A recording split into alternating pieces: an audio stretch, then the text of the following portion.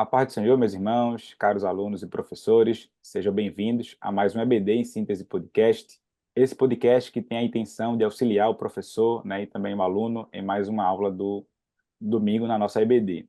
Estamos aqui com o nosso professor Samuel e também com o nosso professor Wellington. Sejam bem-vindos, meus amigos, a paz do Senhor. A paz do Senhor Ayrton, mais uma vez estamos aqui reunidos para tratar mais um assunto da lição de jovens, dessa vez Davi, marido e pai, um assunto muito importante, especialmente para os jovens que pretendem, né, se já não são maridos e pais.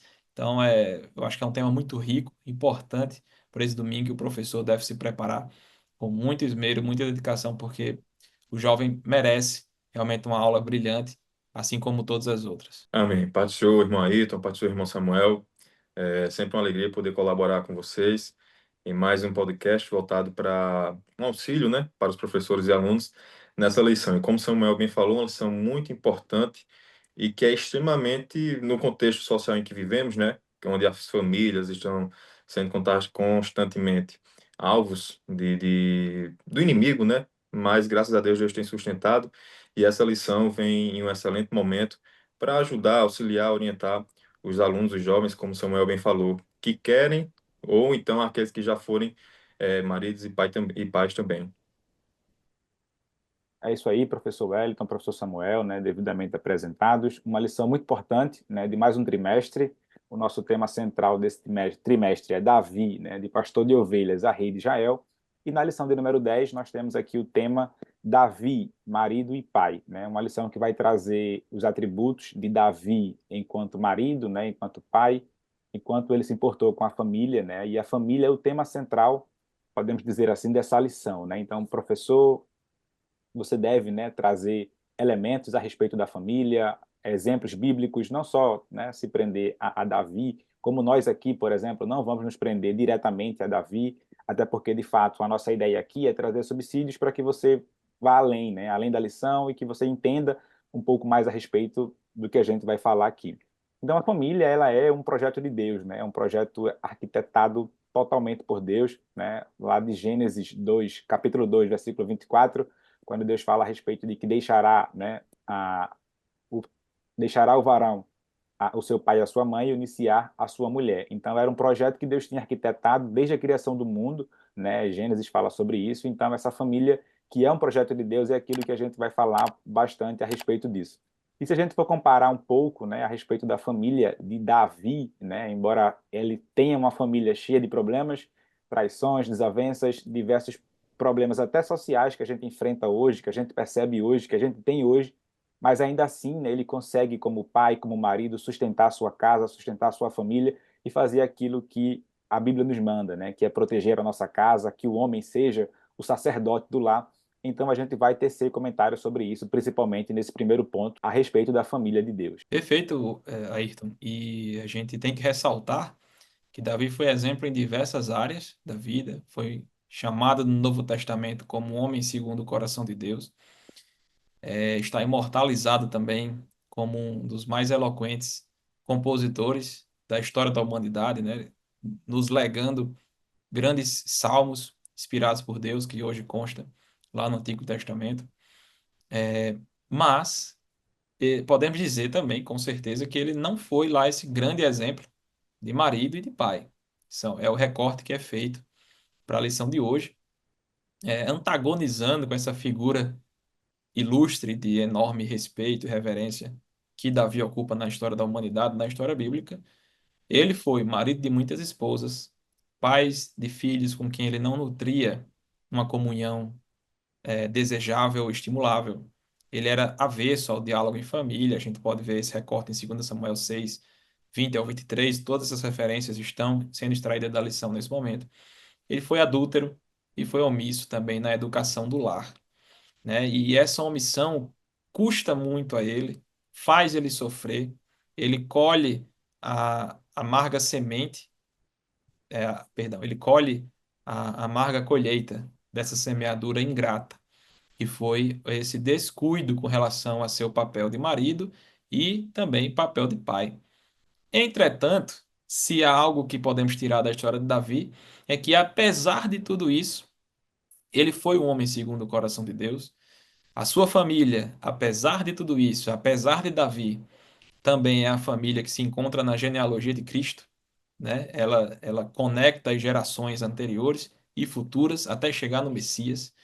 Então a gente vê também um aspecto muito gracioso da parte de Deus de que a gente não precisa ter a família perfeita, a gente não precisa ser o pai perfeito ou ser o filho perfeito. A gente precisa ter um coração segundo o coração de Deus. E aí, apesar da gente, Deus tem misericórdia e nos usa, usa a nossa família, os nossos filhos, nossas esposas, ou a gente como marido e pai. Assim como usou Davi. Então, fica essa grande lição. Lição não de Davi, mas uma lição de Deus para a gente, né? Que Deus pode realmente usar o desvalido, o pobre, o feinho, o pato feio mesmo, o exemplo ruim mesmo, socialmente rejeitado. Porém, Deus é aquele que é especialista em realmente mudar os quadros, mudar a situação da história de qualquer um, né? Então, isso, para mim, é a maior lição da história de Davi, é a história de como Deus lida com todos os erros de Davi. Porque dessa forma também Deus lida com os nossos, né? Deus poderia rejeitar e fulminar Davi logo no primeiro erro, em erros graves, como os seus adultérios, ou sua poligamia, ou a forma como ele tratou seus filhos. Mas assim como a gente gostaria de receber misericórdia, como Davi recebeu, Deus ainda mantém essa firme promessa, né? Deus mantém vivo esse lado misericordioso. Então, para mim, essa é a maior lição sobre a família disfuncional que Davi teve, porque Deus ainda encontra função para as famílias disfuncionais. Perfeito, muito bem colocado por Samuel, o irmão Ayrton também. Família, como o irmão Ayrton falou aí, é um projeto de Deus, né? Não à toa que o inimigo, desde os tempos antigos e hoje ainda mais, sempre foca em destruir a família, sempre de maneiras sorrateiras, se utilizando de meios que às vezes passam até imperceptíveis, né? Mas quem tem o discernimento do Espírito Santo consegue perceber as estratégias que o inimigo tem utilizado, seja nas vias políticas, né? Políticas públicas aí que visam mitigar. Hoje, ali no direito civil, por exemplo, a gente já vê isso, a mitigação do que é o conceito de família. Isso tudo, evidentemente, para desconstruir essa, esse projeto tão lindo, tão singular que foi criado pelo nosso Senhor, né? E Davi é um exemplo no sentido do que Samuel falou, de que falhou, foi omisso em muitas situações, pagou um preço, e um preço muito caro, mas a gente vale pontuar que Davi não foi o único, né? Na Bíblia nós vamos perceber aí muitos pais que foram omissos na criação dos seus filhos, foram negligentes, não souberam puxar o freio quando deveria puxar, não orientaram quando deviam orientar. O próprio Salomão, no tocante às mulheres, né, às suas relações, teve muitas mulheres e essas mulheres o afastaram do Senhor. A gente pode citar aqui também Eli, sacerdote em Israel, que tinha os seus filhos Ofni e Finéias, que ele não, mesmo sendo advertido, né, pelos líderes daquela época, de que os seus filhos estavam corrompendo os costumes, que estavam agindo de maneira contrária aos ensinamentos, ainda assim ele permaneceu calado, não tomou nenhuma posição e pagou um preço por isso.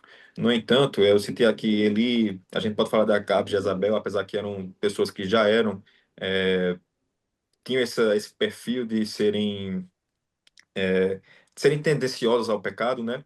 E criaram filhos também nesse caminho. A gente pode falar da filha de Jezabel, Atalia, que pôs fim à descendência real, né? Então, assim, todos esses são exemplos de pais que fracassaram, digamos assim, na sua função paterna.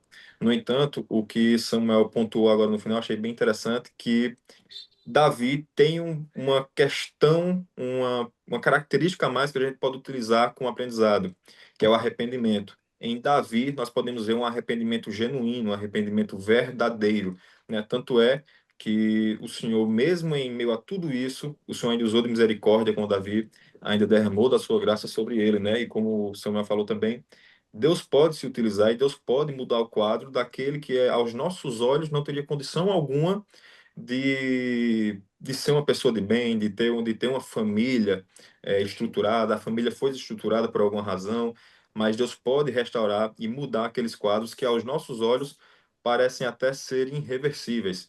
Mas Jó, capítulo 14, 7, fala: porque há esperança para a árvore que, se for cortada, ainda se renovará e não cessarão seus renovos.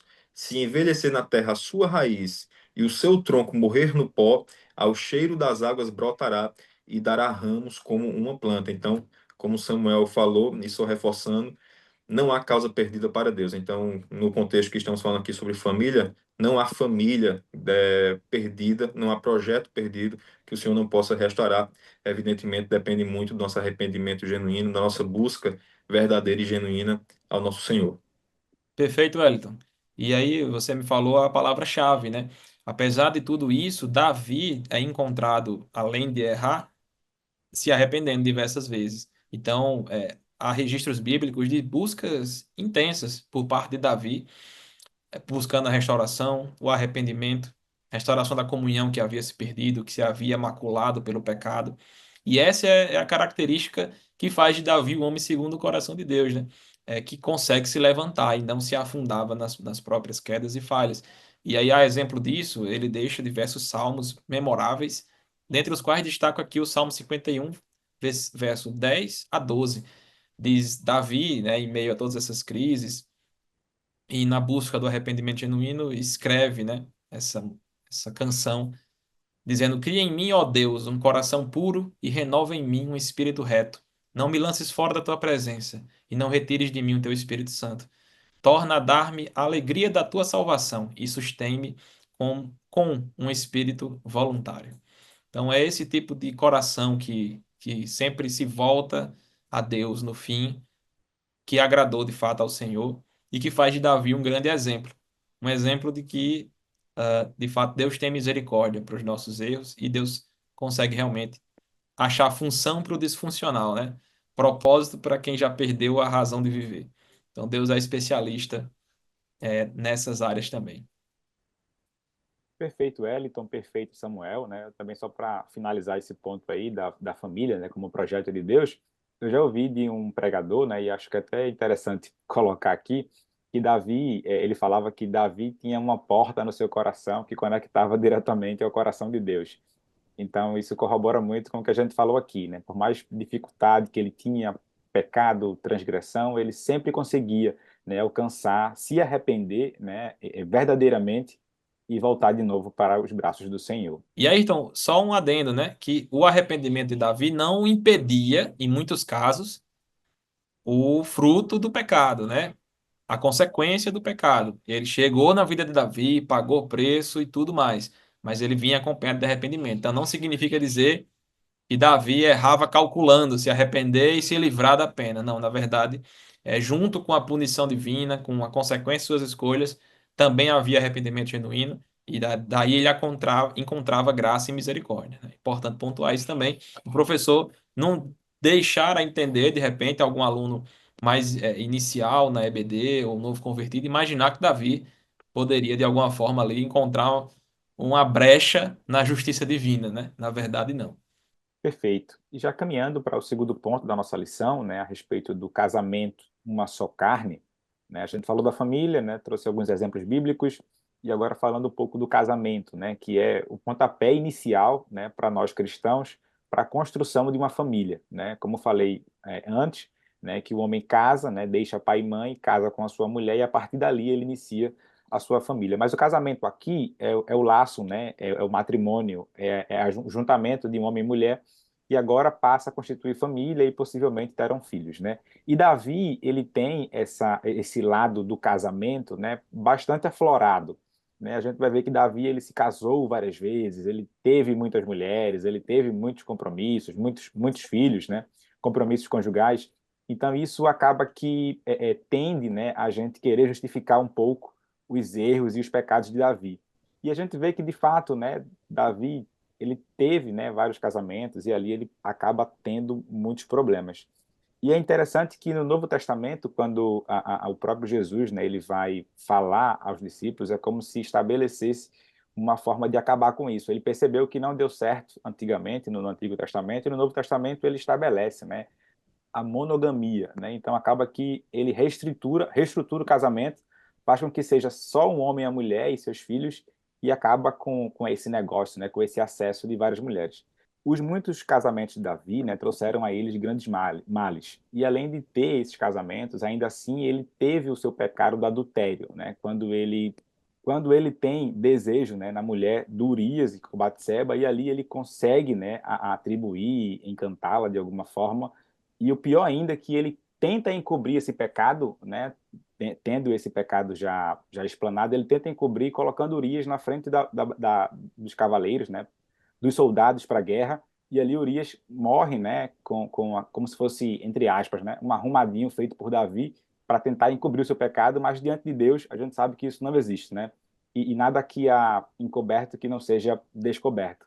Então, Davi estava tão cego, né, com as suas mulheres, com aquilo que ele tinha à sua disposição, que ele comete esse adultério, né, infelizmente indo contra ao seu casamento, né, e enfim, e entre outros momentos também, ele acaba cometendo muitos erros com o casamento, né, quebrando a aliança, né, que ele tinha com a mulher, como Mical, que ele agora, né, era casado com Mical, ela se apaixonou por ele e depois ela é tirada, né, pelo Saul para um outro marido, e depois ele, quando vira rei, manda buscar Mical, e agora Mical já não é mais aquela pessoa feliz, alegre, apaixonada por ele, porque ela tinha passado por muitos problemas, ela tinha sido usada como mulher, e agora ele age com indiferença, né, e agora rejeita Mical. Então, assim, Davi ele tem esses altos e baixos na vida, mas interessante é a gente pontuar aqui, né, ainda assim com esses erros, ainda assim com esses desacertos, ainda assim ele tenta manter a sua postura como homem, ele tenta manter a sua postura como marido, ele ama as suas mulheres, né? Ele ama os seus filhos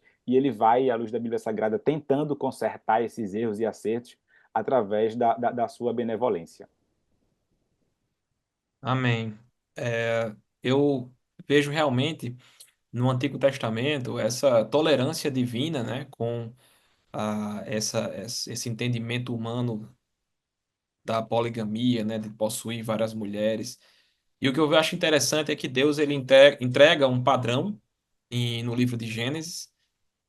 A humanidade, a partir dali, né, culturalmente, vai desenvolvendo essa liberdade poligâmica.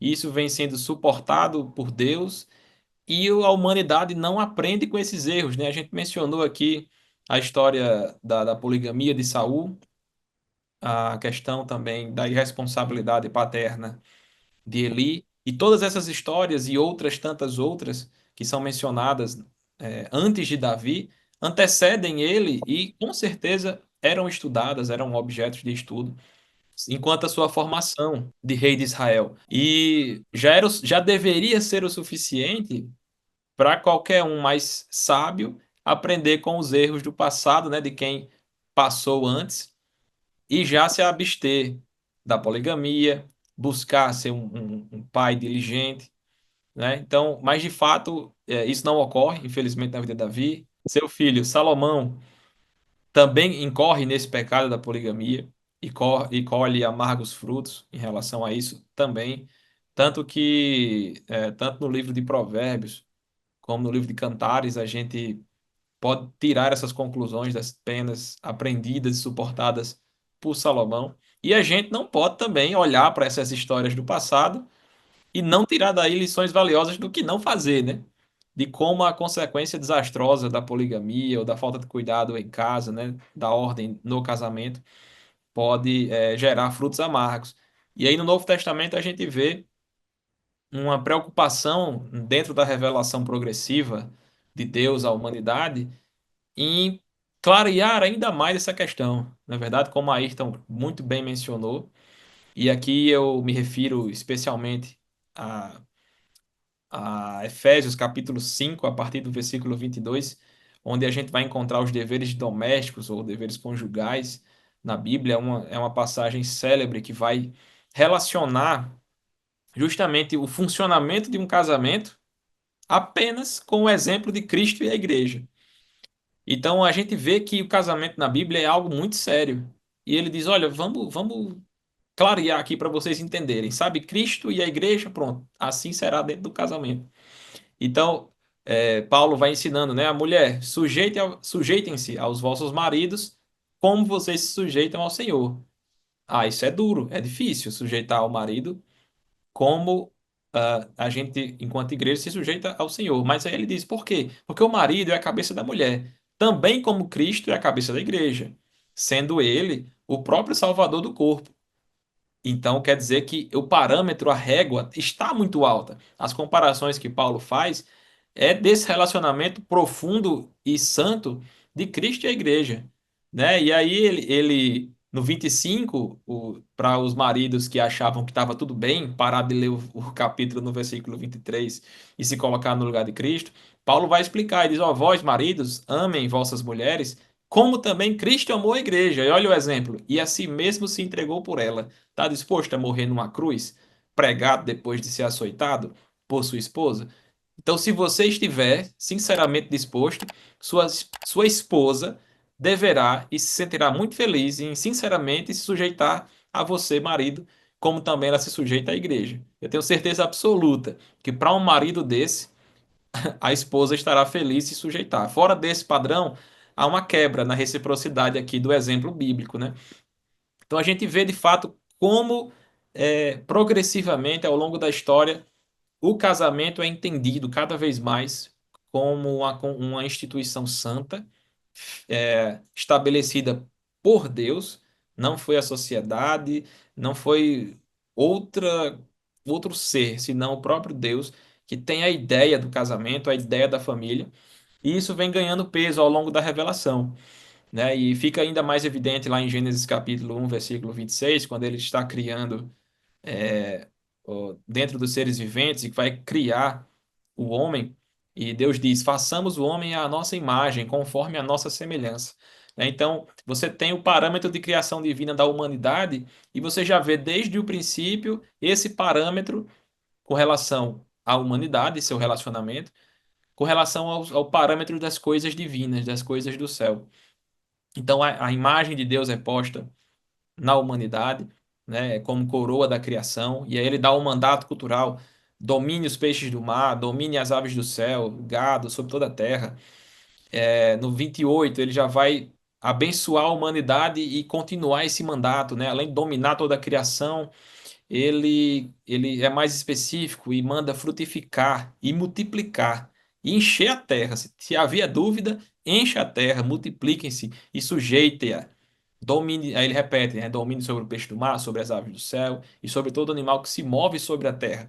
Então Deus ele une o homem e a mulher. Primeiro ele os cria conforme a sua imagem, como coroa da criação, e a partir dessa criação ele dá o dever cultural de encher a terra e dominá-la. É como se ele dissesse: eu quero que a minha imagem se espalhe por sobre todo o globo da terra, sobre toda a criação, e vocês a dominem, como eu domino a terra. Ele está sempre colocando a referência de si mesmo na humanidade para a criação. Então, Deus, nesse ato criativo e nessa bênção dispensada à humanidade, delega ao homem e à mulher um mandato cultural de exercer dominância, de exercer, de frutificar, de se multiplicar sobre a face da terra, espelhando e multiplicando a imagem de Deus. E aí a gente tem que manter fidelidade a esse padrão que é impresso desde a criação e progressivamente mais consolidado durante a revelação bíblica. E de forma que nós hoje, que já temos o cânon fechado, a revelação completa, a gente não tem como se excusar ou negar conhecer, ou principalmente quem participar dessa aula próximo domingo, pode dizer a Deus: eu não sabia que eu tinha esse dever. Eu não sabia que eu fui chamado por Deus a me unir com a minha esposa em uma só carne, com o objetivo de dar frutos, de multiplicar, dominar a terra, espelhando a imagem do Criador em mim. E o parâmetro desse relacionamento marital, conjugal, é o parâmetro de Cristo e a igreja, uma sujeição e dominação em perfeito amor, uma servidão incondicional aliada a um amor incondicional que permite uma entrega também pela igreja, que permite uma entrega do marido pela sua esposa. Então Deus ele cria essa hierarquia, o homem e a mulher são iguais diante de Deus e diante da sociedade. Entretanto, no seio familiar, Deus cria uma hierarquia para proteger o segundo lugar.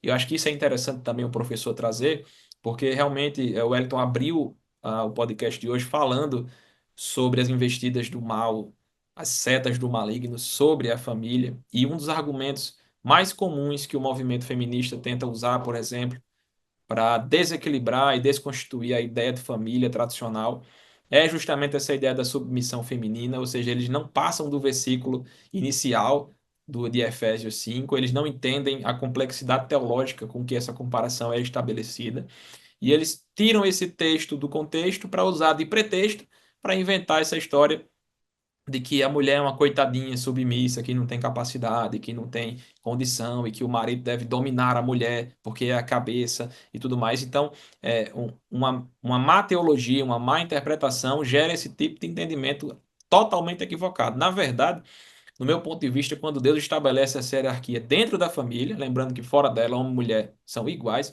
mas marido e mulher, Deus cria uma hierarquia porque, na minha visão, para proteger o segundo lugar. Porque perceba que a mulher é a única dentre nós, e aí não há ideologia de gênero que mude isso. Lamento dizer para alguns, mas eu tenho certeza nessa convicção de que, independentemente de qualquer ideologia, a mulher é o único da nossa espécie que consegue ter a bênção de gerar. A bênção da multiplicação desse mandato cultural só existe na mulher, e na mulher com um homem.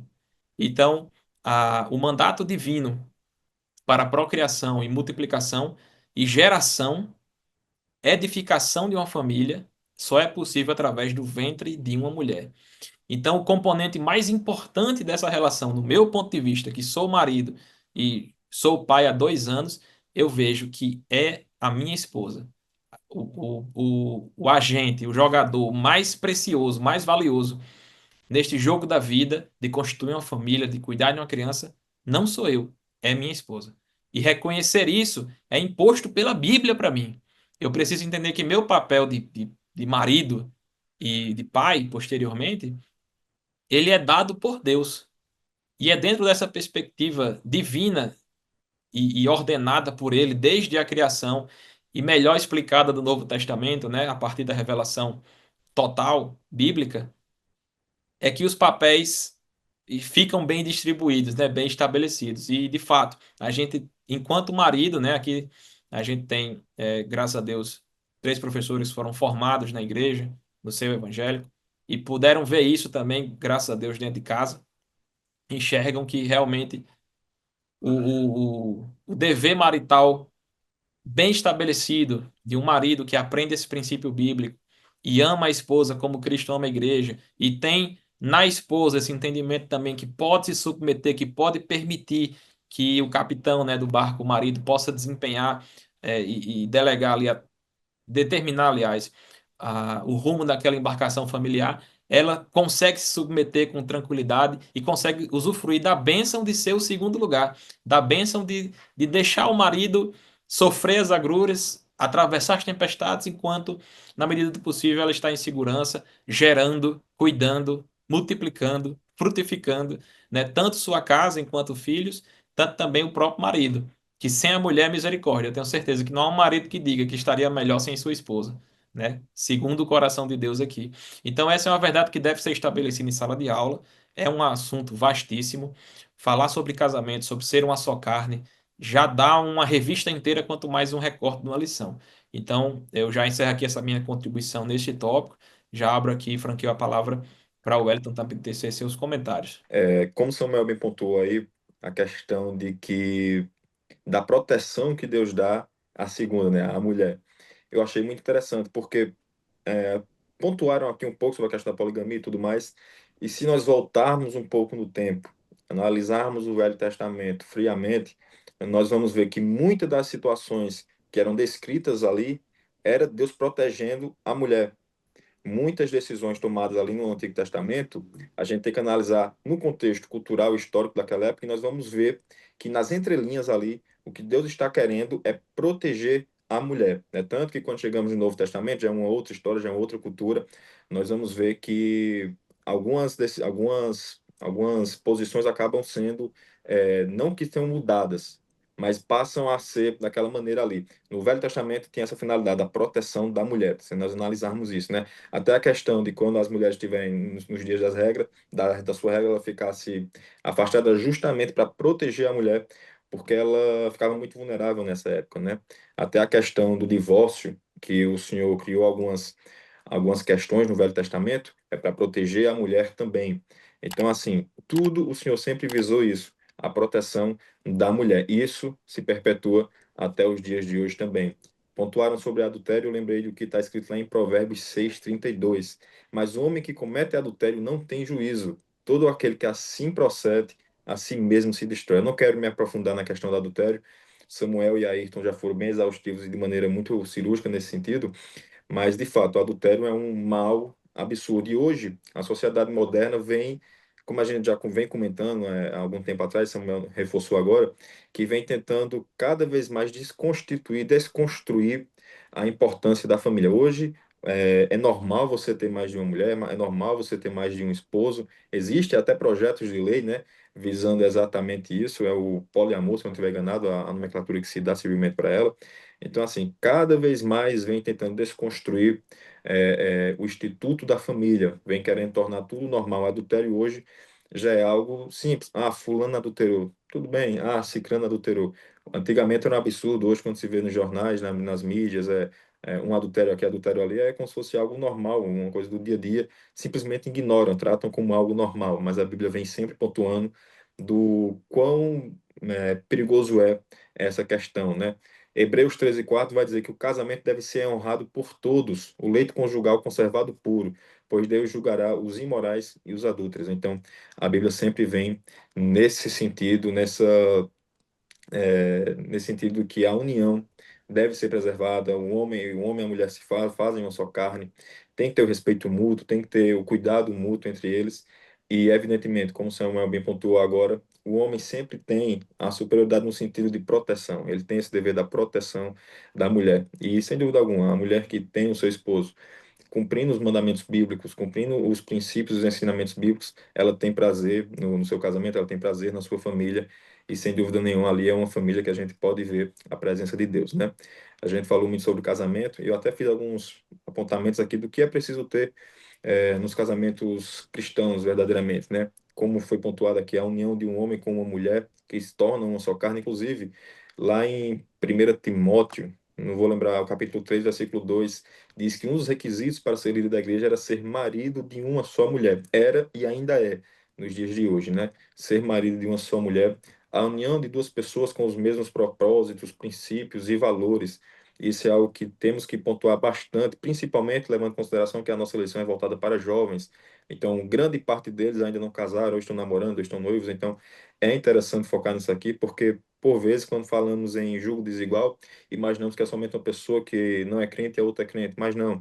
Às vezes, diferenças de interpretação teológicas, e sabemos que tem igrejas pentecostais, as igrejas que não são, isso pode gerar um conflito mais na frente, propósitos diferentes de vida, então isso pode vir a ter um conflito lá na frente, então é interessante tratar esse assunto, visando, evidentemente, que estamos falando para jovens, da importância que é você identificar os propósitos, os princípios, os valores, estarem alinhados, caminhando de mãos dadas também nestes tópicos, para que não venham lá na frente ter um casamento perturbado, turbulento e que venha em um eventual divórcio ou alguma questão do tipo, né?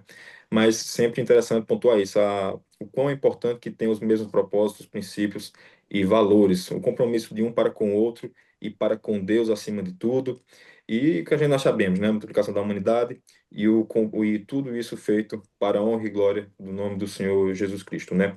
Porque tudo que fazemos aqui é para a glória dele a sua família, para quem é casado, a sua esposa, seu esposo, seus filhos, a sua família, é um projeto de Deus e tem que ser um meio de glorificar ao nome do Senhor. Você tem que ter na sua família um exemplo. Isso aí é um exemplo silencioso, digamos assim. Você não fala nada, mas a sua postura com a sua esposa, a sua postura com seus filhos, a sua postura com seu pai, isso tudo, para quem está de fora, para quem não é cristão ainda, ele olha para você, vê um exemplo em você e vai dizer: não, eles têm algo diferente, eles têm alguma coisa diferente. E através dali, do seu exemplo, um exemplo silencioso, uma evangelização silenciosa, somente com as suas atitudes, você vai glorificando o nome de Deus e vai sendo luz nesse mundo de trevas que estamos vivendo. E Wellington, eu acho que vale muito a pena também o professor, neste próximo domingo, falar sobre jogo desigual. Vale a pena o recorte. Que isso que você mencionou é um exemplo claro do jogo desigual que às vezes não é percebido desde o namoro, entre dois crentes. Você Exato. pode se colocar em situação de jogo desigual não só quando você está se relacionando com alguém de outra religião ou que não acredita em Deus. Isso aí é o jogo desigual mais fácil de você detectar. Qualquer aconselhador cristão, isso aí mata num instante. Mas a questão do jogo desigual quanto aos seus objetivos, propósitos, visão de mundo, chamada por parte de Deus, né? Se você tiver um chamado para a missão transcultural, como é que você vai casar com alguém que não tem esse chamado, que na verdade o chamado é para desenvolver algo no ministério local, em uma igreja, o resto da vida dele? Então, é um jogo desigual quanto à sua vocação ministerial, por um pequeno exemplo, né? Então, há diversas outras situações onde o jovem e a jovem podem se colocar em jogo desigual, mesmo com dois crentes fiéis e que vão para o céu e que temem a Deus e que até se gostam, quase pode dizer que se amam, mas às vezes Deus não está naquele relacionamento porque está em jogo desigual com relação a essa a chamada, e a gente pode colocar também a visão teológica. Ah, mas ele é crente de uma vertente teológica, eu sou crente de outra, mas o que importa é o amor. Sim, mas aí você acha que vai ser arrebatado antes da grande tribulação, ele só vai depois. Como é que vai ficar isso? Uma hora vai ter conflito. Uma hora vai É, um ter está se conflito entre eles. preparando para qualquer momento, o outro está esperando o anticristo aparecer para se preparar depois. E aí como é que vai ser? Né? Um Isso crê no... gera, isso gera até confusão nos seus filhos, né? Quem é que vai É ensinar o verdade. quê? Vai criar filhos confusos. E no final das contas, mente vazia se torna sendo inimigo, né? Como a gente costuma dizer. Exato, a sabedoria popular já dizia. E aí, outro exemplo, a mãe gosta de círculo de oração, é atuante, ora, a mulher que crê nos dons espirituais na sua atualidade, mas o marido já não. O marido acha que houve cessação dos dons espirituais, e aí como é que vai ficar a cabeça da criança? Ah, eu devo buscar ou não os dons do espírito? Exato. Então, é realmente cuidado com os juros igual. Vale a pena o recorte, há muitos exemplos abundantes, né? E provocam uma reflexão interna mais aprofundada para o jovem, que eu acredito que vale muito a pena dentro desse contexto. É uma oportunidade para falar sobre isso. Exato. O casamento não pode ser visto como uma aposta, como vamos ver se vai dar certo.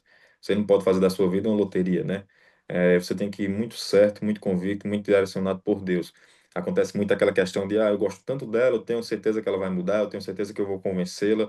Rapaz, essa pessoa já tem Eu seus vou 25 anos. convertê-la, né? Tem É, gente que não vou já tem namorar 20. para converter ela. Isso, já tem 25, 27 anos, nunca mudou. Você acha que vai conseguir mudar ela em alguns meses? Então, mudar ela em alguns meses. Então, assim, é um perigo você querer fazer da sua vida uma loteria. Então, não vale a pena esse risco, na minha opinião. E eu acho que é um ponto que é interessante trabalhar com os jovens aí na sala de aula. É mais provável, né, você como jovem até perder, né, o seu compromisso cristão, a sua salvação ali, do que realmente conquistar aquela pessoa que vive em julgo desigual, né? Então, só para corroborar sobre esse ponto. Então, caro professor, né, já partindo para o nosso terceiro ponto e possíveis considerações finais, né, nós apresentamos aqui a família como um projeto de Deus, agora o casamento como pontapé inicial para que, de fato, essa família possa ser constituída, e agora, nesse terceiro ponto, vamos falar sobre os filhos, né, os filhos que são heranças do Senhor, né, e no terceiro ponto, sobre isso, sobre filhos, sobre herança, a gente vê de que Davi, né, ele teve a principal a alegria, digamos assim, de ter a sua casa cheia, né? Davi foi um homem que teve muitos filhos e aí ele pôde presenciar dessa alegria de ter a casa sempre cheia, muitos filhos, muito choro, muita risada, muita alegria, né? E a gente pode entender também que o filho, né, principalmente o primeiro, né, o primeiro filho, o primogênito, é a principal alegria do casal, né, que se prepara, que esperou, que se planejou para que pudesse se realizar e ter aquele filho. Então, quando os filhos vão nascendo, né, a responsabilidade do pai e da mãe também aumenta, né? E com Davi não foi diferente, né? Muitos filhos, e ali agora ele passa nesse primeiro início como pai, né, por muitos problemas, porque afinal de contas ele não foi, né, o melhor pai ou o pai mais presente, digamos assim, para os seus filhos, né? E ele poderia ter priorizado, né, pelo seu poder hierárquico, pelo seu poder no reinado, né, por ser o rei, ele poderia sim priorizar os seus filhos, ele poderia sim ter uma atenção mais voltada para eles, mas ele, pelo contrário, né, ele preferiu agir de forma negligente com os seus filhos, com a criação deles, né, e não teve essa atenção que ele deveria ter.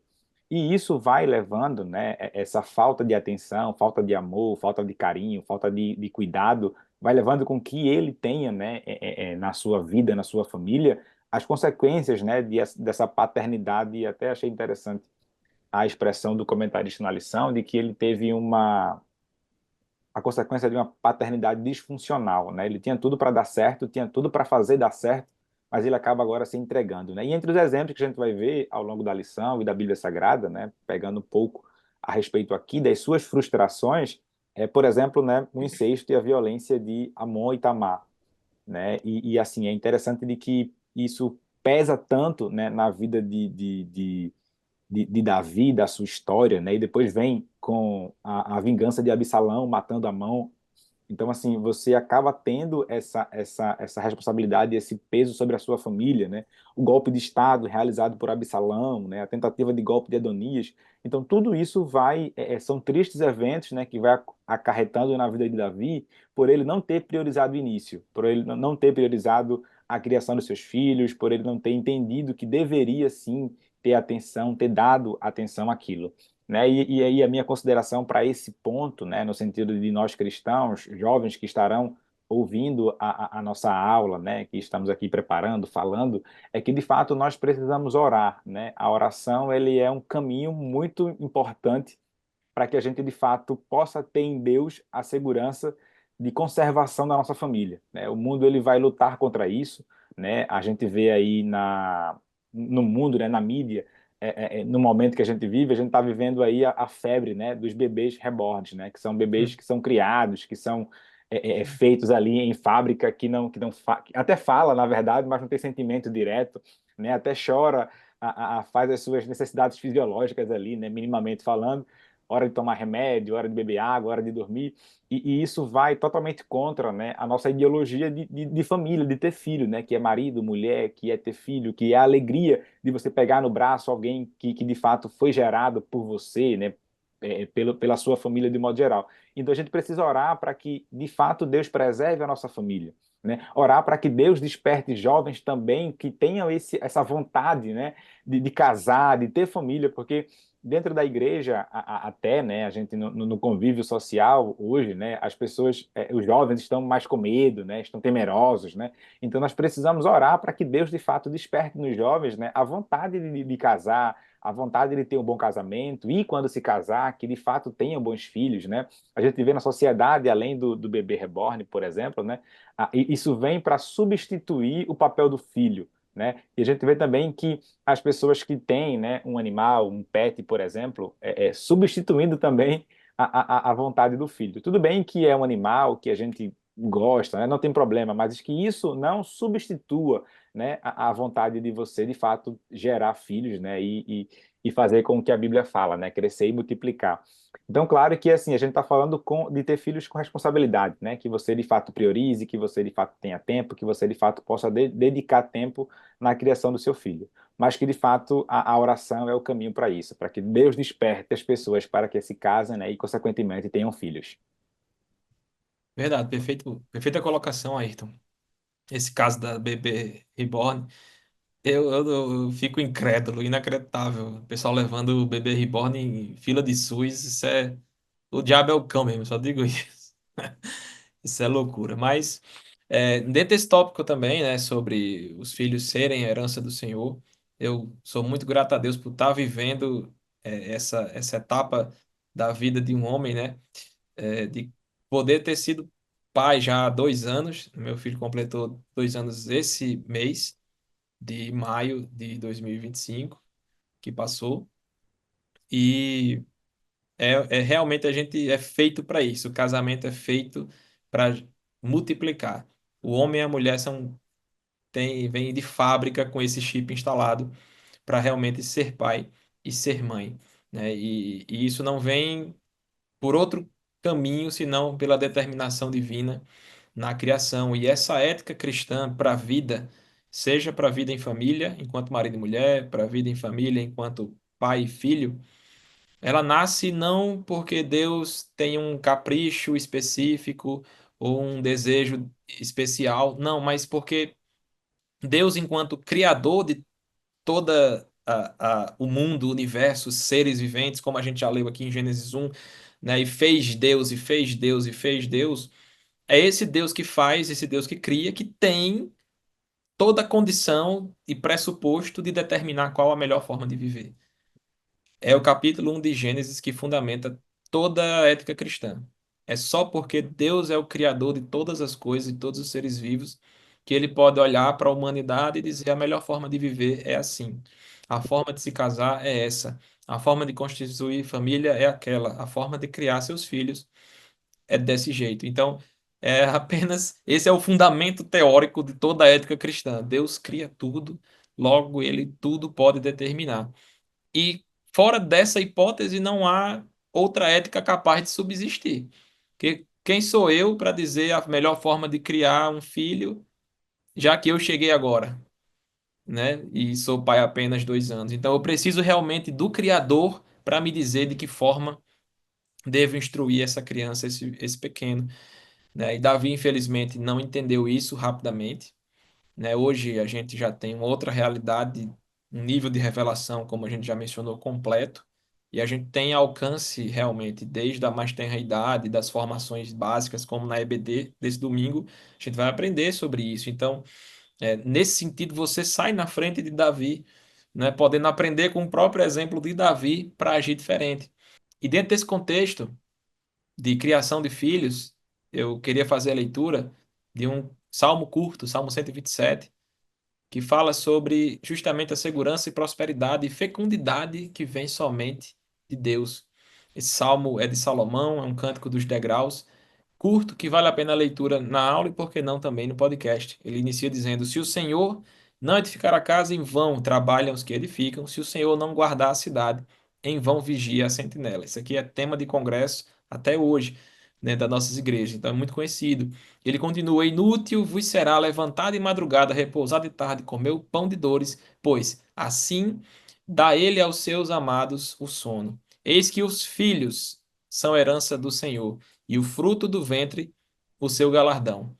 Como flechas na mão do valente, assim são os filhos da mocidade. Bem-aventurado o homem que enche deles a sua aljava. Não serão confundidos quando falarem com seus inimigos à porta. Então a gente vê aqui a bênção que é receber essa herança divina por parte de Deus, que são os filhos, né? E bem-aventurado aquele que enche deles, desses filhos, a sua aljava, né? Ele traça aqui o paralelo também com o filho como flecha na mão de um valente. Então, desde o princípio, a Bíblia coloca a figura paterna e materna, né, como esse valente que projeta seu filho para frente, né? Nessa analogia do céu, o salmista no 127, ele coloca os pais puxando, né, nessa figura, essa flecha, se é seu filho, ele prepara essa flecha, tensiona o arco e solta e projeta.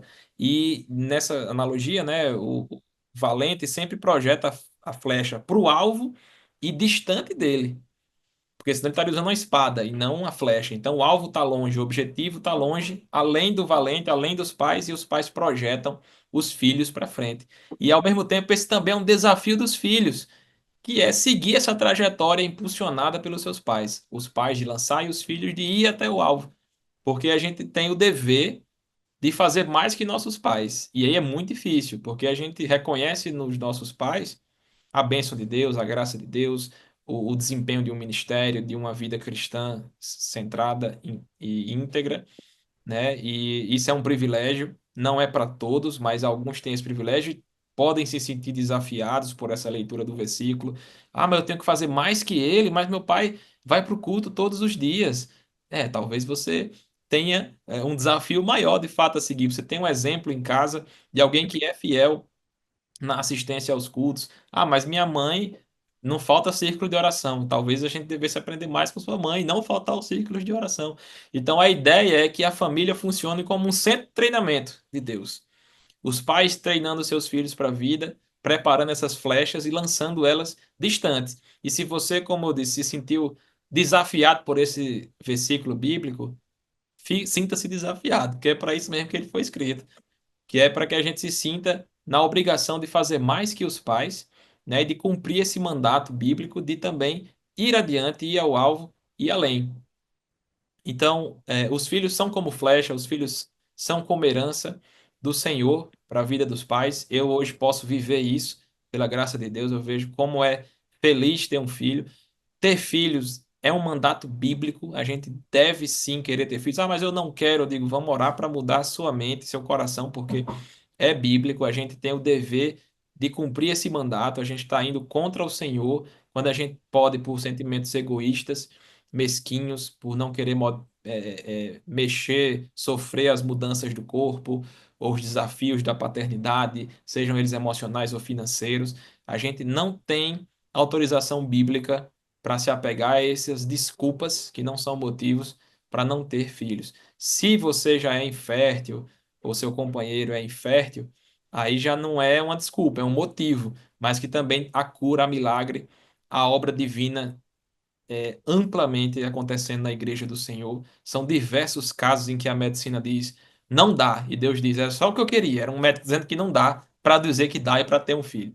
Então, que a gente busque a paternidade responsável, não a disfuncional, a que a gente possa aprender com os erros de Davi, com os acertos de outros grandes pais, especialmente porque a paternidade, a gente estava conversando aqui antes do briefing, quer dizer, no briefing, antes do podcast, sobre como também Deus configura, assim como no casamento, a relação ali, parâmetro entre Cristo e a igreja, na paternidade há um elemento espiritual muito importante, porque Deus escolhe se revelar como Deus Pai para a humanidade. Então, quando a gente permite que um filho que Deus coloca sob nossa responsabilidade cresça e seja formado num lar onde a figura paterna está deturpada, está distante da figura paterna, da imagem paterna que Deus imprime na história, quando essa criança cresce, se torna um adulto e vai viver as experiências da vida e se relacionar com Deus, ele vai ter dificuldades, porque não vai reconhecer em Deus todas as características que ele deveria ter conhecido durante a sua infância e juventude, com um pai segundo o coração de Deus. Então, um dos propósitos da paternidade é emular essa ética, esse caráter divino de Deus Pai dentro de casa, para que a criança receba amor, misericórdia, compreensão, e não o contrário disso, para que quando ele chega na igreja ele diz: eu sei o que é esse Deus aí, eu estou entendendo essa imagem, eu sei quando Deus diz: eu sou seu pai. Então eu digo, é só chamar, né, como diz a música. Ele sabe que é um pai que ama, um pai que cuida, né? Porque há pais que não fazem isso. E se a gente se submeter a esse tipo de comportamento, a gente macula na criança essa imagem de Deus que estaria sendo cultivada para o futuro. E a gente está pecando, a gente está se distanciando e distanciando um pequeno de Deus. Então a gente tem que ter muito cuidado com isso, muita responsabilidade para desejar e fazer cumprir essa ordenança bíblica, esse mandato divino, cultural para o homem e para a mulher. Verdade, muito bem pontuado por Samuel. Acho que Samuel encerrou, fez a participação dele, encerrou com chave de ouro em suas falas. E eu queria só pegar um gancho em algo que ele falou já na parte final, né? Que quando você mencionou que alguns jovens hoje têm um receio da questão de ter filhos, né? Às vezes por motivos egoístas também, de não querer mudar o seu corpo, alguma questão do tipo. E levando em consideração também a sociedade que vivemos, em que ela desencoraja os pais jovens a terem filhos. E estamos falando aqui para um público cristão. Então, os jovens, em especial, eles não podem comprar essa ideia que o mundo, que a sociedade mundana vem impondo, de maneira sorrateira, de não estimular vocês a terem filhos, alegando dificuldade financeira, alegando dificuldade ideológica, seja lá qual for o motivo. A sociedade de hoje vem querendo desencorajar essa questão. Todavia, precisamos ter ciência que isso é uma ordenança bíblica, tem na Bíblia, crescer e multiplicar. Então, se nós estamos confiantes em Deus, estamos no centro da vontade dele, se você, com a sua esposa, na sua família, está no centro da vontade de Deus, pode ir confiante, evidentemente, como o irmão Ayrton bem pontuou, com organização, com responsabilidade, fazendo os seus planejamentos e ter filhos, porque como já foi falado aqui, filhos são bênçãos, filhos são heranças de Deus, né? Então Deus vai dar suporte, Deus vai dar ajuda, Deus será com você tanto na criação, quanto também na parte de sustentar naquilo que for necessário, o Senhor vai prover. Temos que confiar no Deus ao qual nós servimos, né? E não viver à sombra dos medos que o inimigo tenta impor aos jovens de hoje em dia. Então, só para encerrar aqui, essa questão que Samuel falou desde a primeira parte, que o Ailton também pontuou, da primeira parte até chegar nessa parte dos filhos, né? Davi como pai, é, dos filhos em si, do casamento em si, de fato, pegar os erros de Davi e aprender com eles, né? E se por um acaso você tem na sua família um exemplo no lado ruim, como Davi foi, crê em Deus, ore ao Senhor, busque ao Senhor e apresente a sua família em oração a Deus. É importante sempre frisarmos isso, né? Você tem que orar pela sua família. Se você é um filho, você tem um pai que hoje ele é um pai omisso, ele é um pai ausente, ou a mãe, né? Se você tem na sua casa uma relação familiar conflituosa, de maneira muito turbulenta, apresente em Deus a oração, pague o preço pela sua família, mesmo você sendo filho. Ainda assim, se você conhece a verdade, seus pais não paguem o preço, pela sua família, apresente seu pai, a sua mãe em oração a Deus, porque eu creio que Deus pode sim mudar quadro, como já foi falado aqui, né? Então, vamos aprender com os erros de Davi para que não venhamos cometer esses erros, que possamos crescer no centro da vontade de Deus, tendo um casamento abençoado, tendo filhos crescendo dentro da direção de Deus, sendo exemplos para os nossos filhos, né? Você na qualidade de pai ou de mãe, você ser verdadeiros exemplos para os seus filhos, para que quando eles venham ser velhos, não venham se afastar do caminho, né? E que venhamos confiar no Deus que nos chamou, no Deus que nos apresentou, nos criou esse projeto, melhor dizendo, que é o projeto da família, que então ele cuida, ele zela, mas precisamos estar no centro da vontade de Deus, que sem dúvida alguma ele derramará da sua graça, da sua misericórdia e irá nos sustentar continuamente. Amém?